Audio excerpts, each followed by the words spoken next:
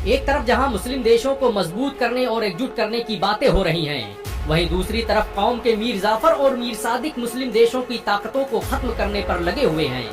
ताज़ा मामला मुस्लिम देश गैबोन से जुड़ा हुआ है, जहां पर सेना ने तख्ता पलट कर देश की सभी लोकतांत्रिक संस्थाओं को भंग कर दिया है। गैबोन में ये सब उस अमेरिका, फ्रांस और ब्रिटेन के इशारे पर हो रहा है, जिसने न जाने कितने मुस्लिम देशों को लोकतंत्र के नाम पर तबाह बर्बाद कर दिया। गौरतलब हो कि इससे पहले इसी महीने में फौजियों ने विद्रोह कर मुस्लिम देश नाइजर की सत्ता अपने हाथों में ले ली थी और अब गैबोन के साथ भी यही किया जा रहा है। गैबोन सेना के अधिकारियों ने फिल्मी अंदाज में खुद नेशनल टीवी पर आकर तख्ता पलट का ऐलान किया और कहा कि आज से देश की सभी लोकतांत्रिक और डेमोक्रेटिक संस्थाएं रद्द की जाती हैं। देश में अब किसी कोर्ट और किसी सेनेट का वजूद नहीं है। हालांकि मुस्लिम देशों सहित चीन ने भी गैबोन में हुए इस तख्ता पलट का विरोध किया है। चीन के विदेश मंत्रालय ने एक बयान जारी करते हुए कहा कि वो इस बात की गारंटी चाहते हैं कि गैबोन के प्रेसिडेंट अली बोंगो को कुछ नहीं होगा और वो पूरी तरह से महफूज हैं। गौरतलब हो कि गैबोन में इसी शनिवार को राष्ट्रपति पद का चुनाव हुआ था, जिसमें अली बोंगो भारी मतों से विजयी हुए थे। अली बोंगो का परिवार पिछले 53 सालों से गैबोन पर राज करता आ रहा है और पिछले शनिवार को हुए इलेक्शन में भी उन्होंने जीत हासिल की थी, लेकिन ये जीत वहाँ की सेना को पसंद नहीं आई और उन्होंने अपने आकाओं के साथ मिलकर तख्ता पलट कर दिया। अली बोंगो को 64.27% वोट मिले थे। इसके बावजूद भी वहाँ की सेना ने यह कहकर विद्रोह कर दिया कि उन्हें चुनाव पर भरोसा नहीं था। गैबोन की सभी संस्थाएं, अदालतें अब सेना के कब्जे में हैं। यहाँ तक कि किसी भी व्यक्ति को देश छोड़ने और बाहर जाने की इजाजत नहीं है। कई अंतर्राष्ट्रीय संस्थान राष्ट्रपति अली बोंगो की हत्या का दावा भी कर रहे हैं। गौरतलब हो कि गैबोन अफ्रीका का सबसे अधिक तेल उत्पादन करने वाला देश है और यही वजह है कि दुनिया का हर देश उसे अपने कंट्रोल में लेना चाहता है और ये तख्ता पलट की साजिश उसी तेल और खनिज पदार्थों पर कब्जा करने का हिस्सा है।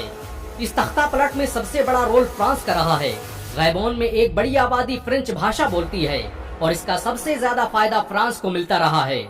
इस घटना के बाद फ्रांस ने खुशी का इजहार करते हुए कहा कि गैबोन में बरसों से तानाशाही थी और ये लोकतंत्र को कायम करने और तानाशाही को खत्म करने की तरफ पहला कदम है।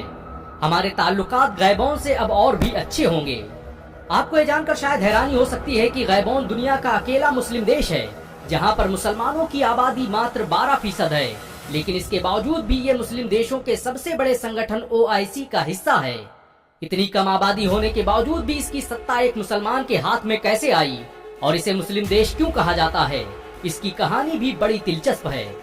1960 में जब गैबोन के पहले प्रेसिडेंसी पद का चुनाव हुआ तो गैब्रियल लियोन इम्बा वहां के प्रेसिडेंट बने और उपराष्ट्रपति बने अल्बर्ट बर्नार्ड बोंगो।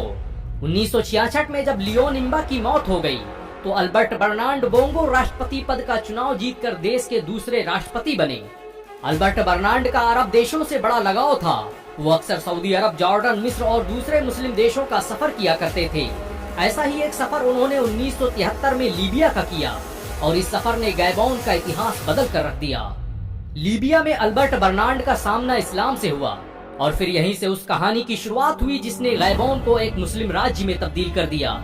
इस्लाम कबूल करने के बाद अल्बर्ट बर्नार्ड ने अपना नाम हाजी उमर बोंगो रखा और पूरी जिंदगी इस्लाम की तबलीग का काम करते रहे।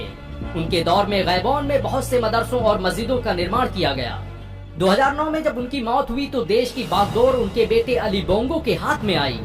अली बोंगो अपने पिता उमर बोंगो के शासन में फॉरेन मिनिस्टर और डिफेंस मिनिस्टर भी रह चुके थे, लेकिन वो इस बार शायद दुश्मनों के इरादों को भांप नहीं पाए और यही वजह है कि आज गैबोन की सेना ने उनके तख्त को उखाड़ फेंका है।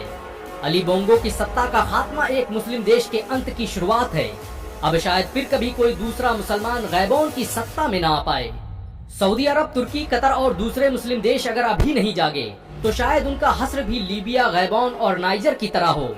जरूरत है कि सभी मुस्लिम देश एकजुट होकर, मुत्तहिद होकर काम करें ताकि दुश्मनों की साजिश को नाकाम किया जा सके।